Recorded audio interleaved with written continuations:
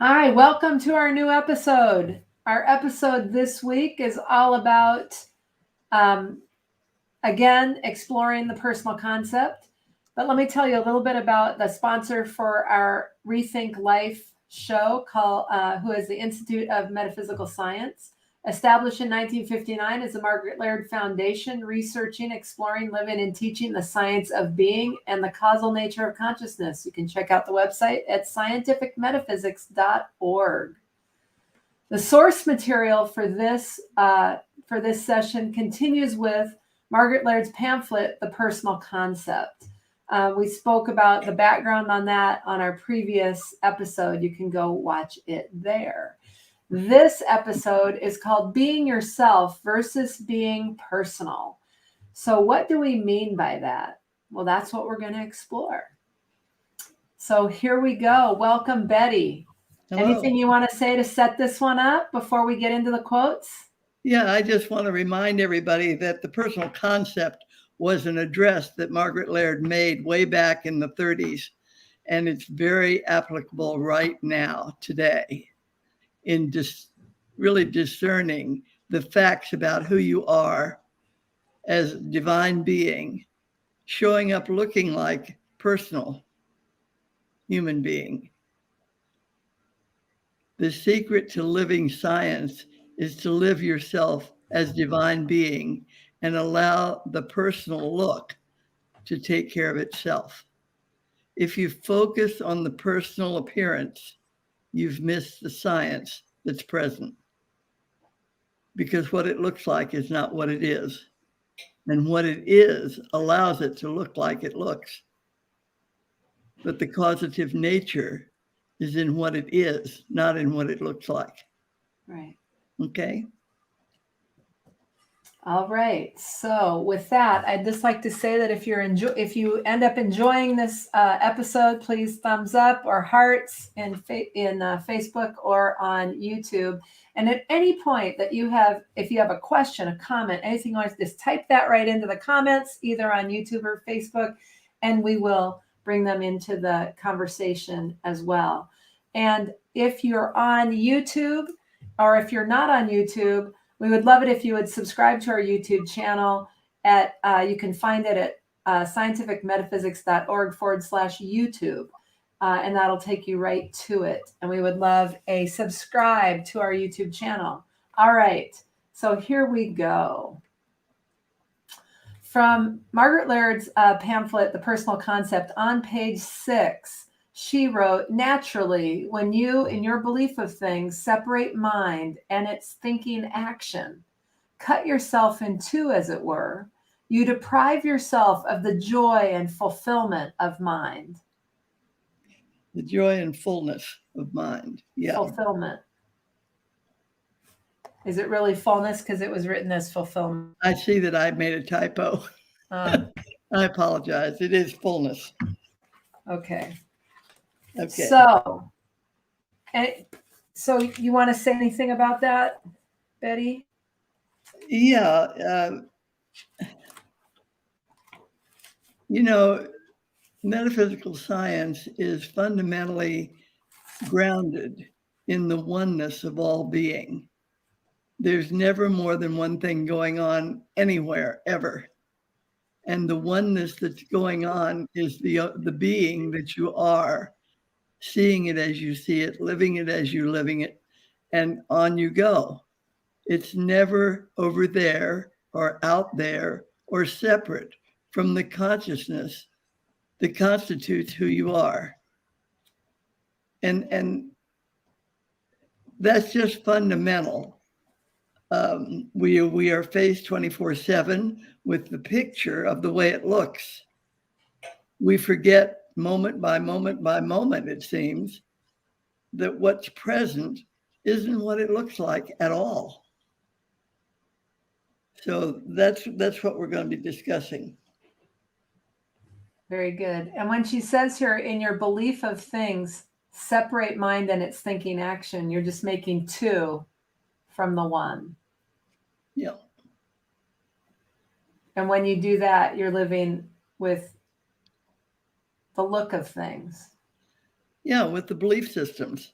Yeah. instead of the facts. Right. And you will reap what goes with the belief systems if that's where you're standing. Right. Yeah. Okay. All right. Very good. All right. And then on page 207 of Science and Health, Mary Baker Eddy says that same thing in this way. The spiritual reality is the scientific fact in all things.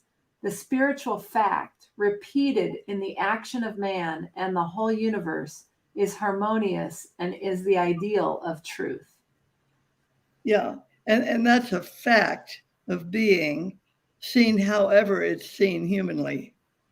We may look at it and think, oh my goodness, I was just watching, for instance, on television, something about the climate change, the problem we're having in the whole planet with climate change.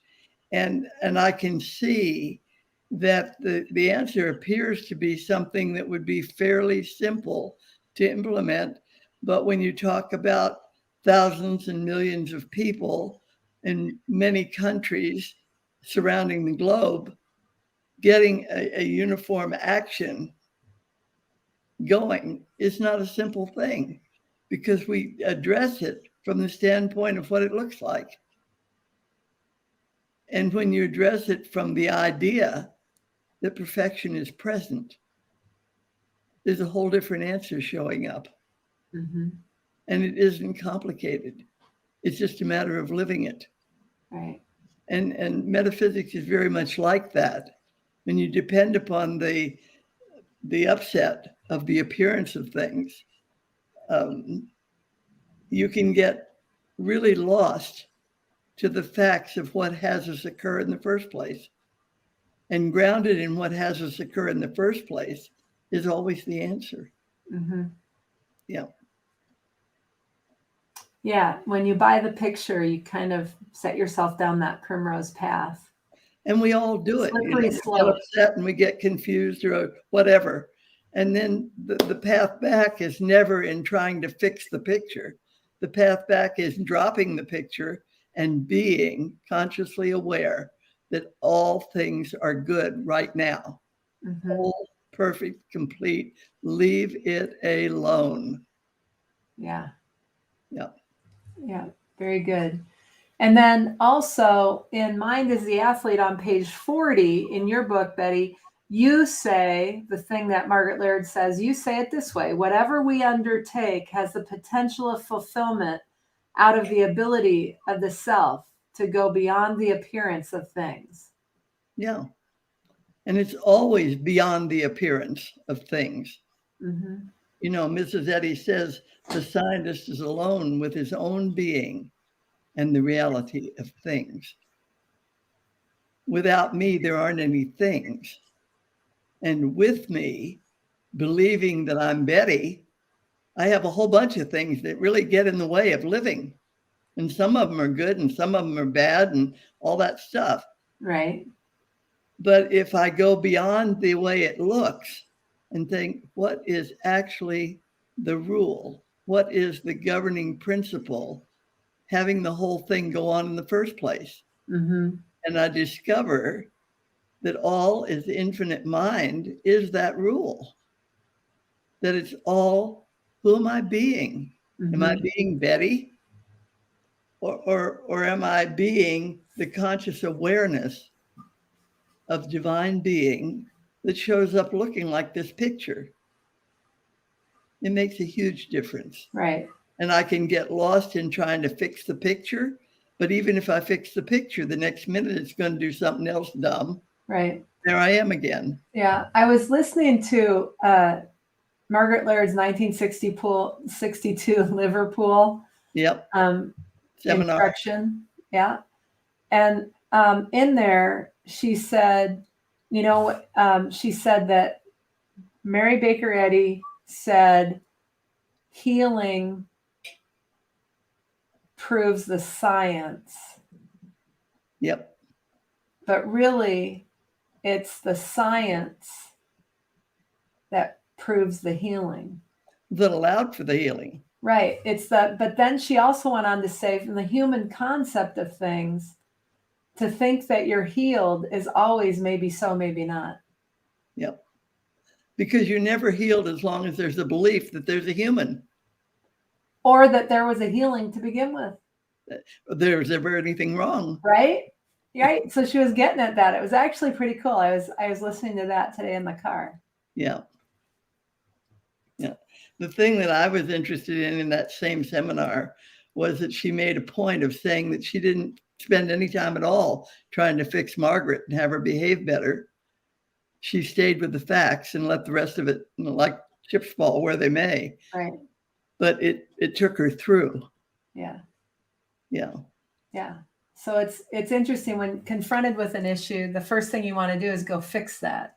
Go do all the it seems things. logical to do that. Right. And to fix it and to figure out, well, if this happens and that happens, then things are going to work out or whatever.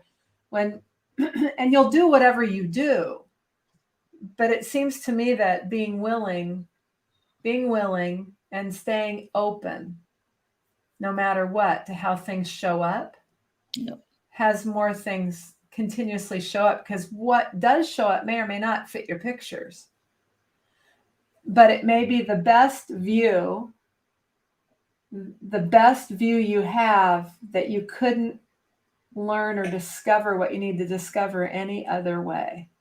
Well, Margaret said, I remember, what was it, when she was having a baby or something? Yes, and this is in that seminar. Yeah. Yeah, she said, Bicknell Young said to her, you will discover that having this baby is going to give you something that you couldn't get any other way. That's right.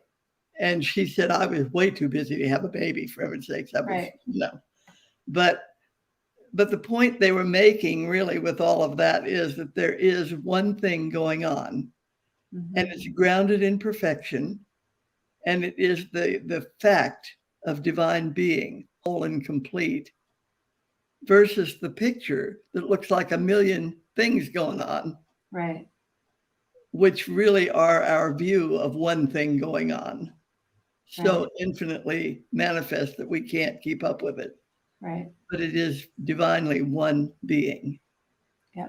Did I say that intelligently? Yeah, I think so. Okay. And anyone else who wants to add into the conversation, go ahead and write your comment. Let us know if you've got any questions as well, or any comments. We would welcome them. All right. So moving on. In personal concept on page 7, Margaret Laird says the reality is identified on every belief level by concepts. These concepts are beliefs about reality. Yeah. So we don't want to play with the concepts.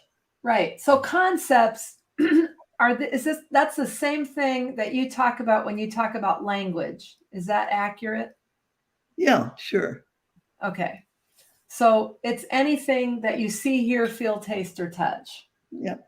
In your human living or your circumstances. Yep. Right? That's what we're talking about with concept. Yeah. So she's saying reality is identified on every belief level by concepts. Sure. Reality is present, or I wouldn't see anything, Yeah. And these concepts are beliefs about reality, capital R, but they're not reality, capital R. No, they're just the best view I've got at the moment. Yeah. And that shifts all the time. Right. Because what I see as a concept is my own view of reality present. Right.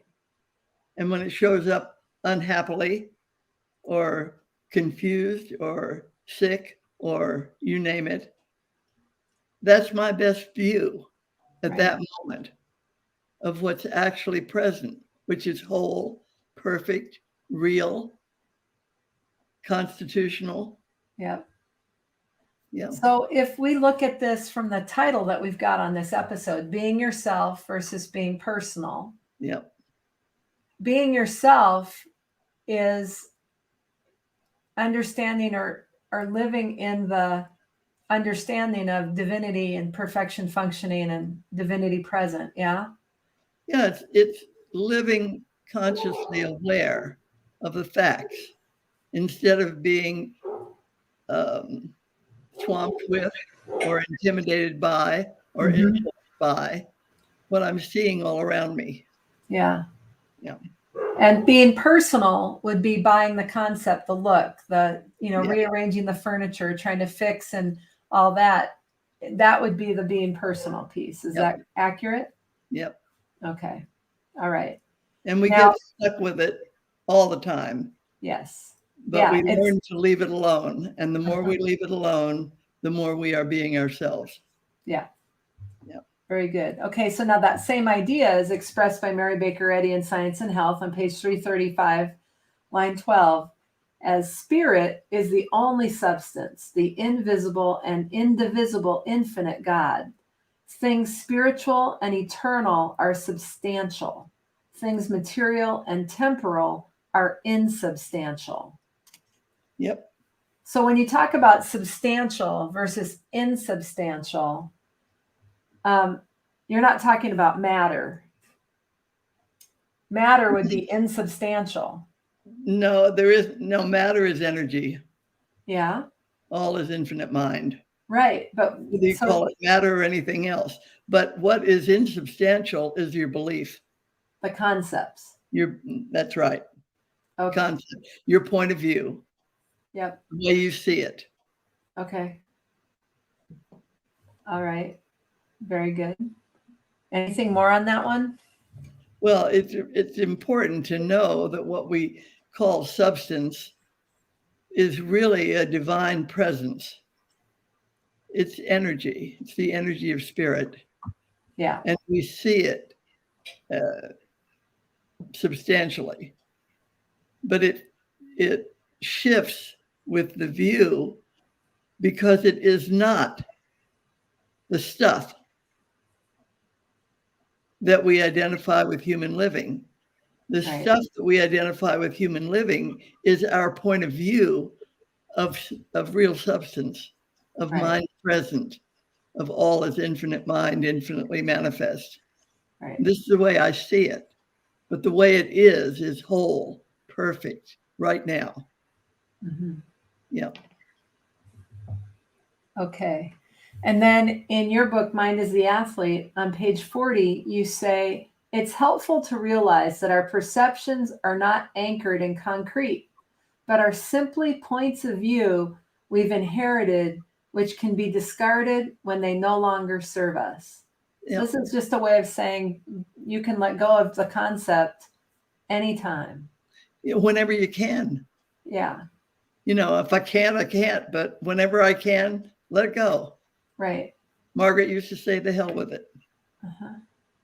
Because there is present. Every moment that I exist, reality is present. Yeah. And constitutes my being. Yeah. All being. Well, yeah, that's it. Yeah. I could go on and on, but I'll stop. Okay. All right. Very good. All right. So now we're going on to the next quote. In Personal Concept on page 8 to 9, Mrs. Laird wrote, the divine awareness or mind action is your human experience. The failure to experience joy is not because of the absence of joy, but because of the presence of personal sense. Yeah, exactly. And very well said. When I'm standing in personal sense of myself, I'm going to have what personal sense includes, which is sometimes up, sometimes down, sometimes good, sometimes bad, the whole paradox from A to Z. And I can be playing on any part of it. But adapting to the paradox is not science. Living divinely is science, and allowing the paradox to be. So joy is available in every moment. Joy is whether or not you experience it is whether are you being personal or are you being yourself? Yeah, that governs your experience of it. But of course, joy is the only thing present ever. Well, you could say the same thing about love. That's true. Or spirit. Yeah, the God idea. Yeah. That's what's going on. Yeah. A whole and perfect, complete, fulfilling, satisfying, all of that. Joyous, free. Okay. That's what generates the being. being Betty, calling Yeah. itself Betty. Yeah. And when I can let go of the Betty and all her fixed ideas and how she thinks it ought to be and all that stuff, just let go of it even for a second. And Yeah. sometimes that's all you get is a second. But Right. there's freedom like that. Yeah. You know, I've had the experience of walking into something and just suddenly not feeling well. And I thought, oh my gosh, what's going on here? And then I thought, leave it alone. And, Yeah.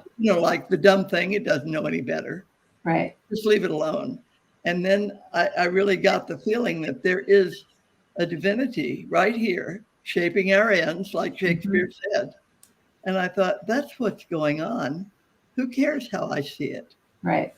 And I would find myself well physically right in that moment. Like Betty suddenly dropped whatever it was and went right on.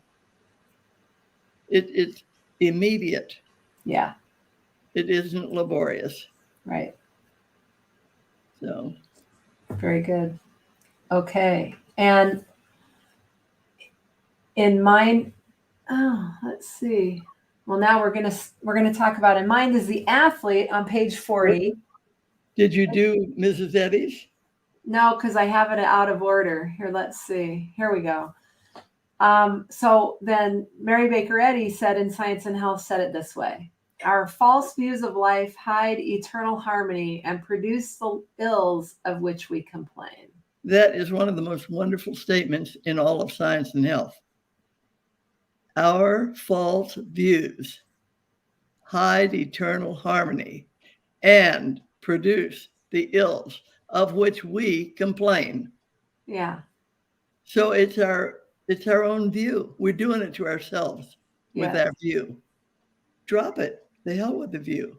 Well, it's how, is it the view or is it the view or is it the belief about the view and the judgment about the view and the perception of the view that we hold on to so darn tight is what hide eternal harmony and produce the ills of which we complain. And all those things you named is our false views of life.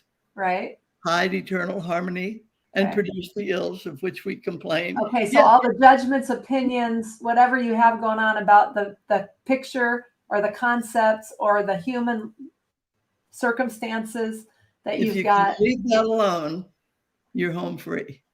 Okay. It's hard to leave it alone sometimes because, Betty always knows exactly what she wants to do. That's right. And how it actually should look. That's right. We all know that. Exactly how it should look. Yeah. Okay, good. And then in your book, you say it this way, and all of your quotes on this one are all on page 40, and mine is the athlete, I noticed. It's a great page. It's a great page. It's like the number one page, number one.